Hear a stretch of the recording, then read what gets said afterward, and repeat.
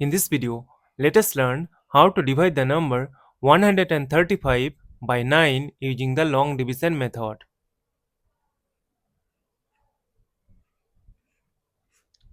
See that 1 is less than 9, that is why we will consider the number 13.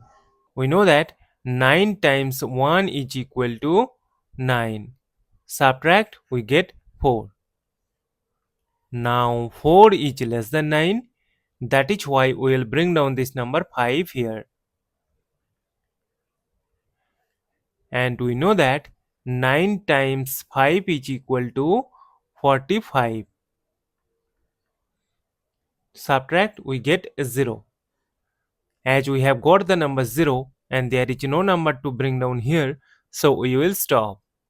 Therefore, 135 divided by 9 is equal to 15. And this is our final answer. Thank you for watching. Please like, share and comment on the video. Also do subscribe the channel.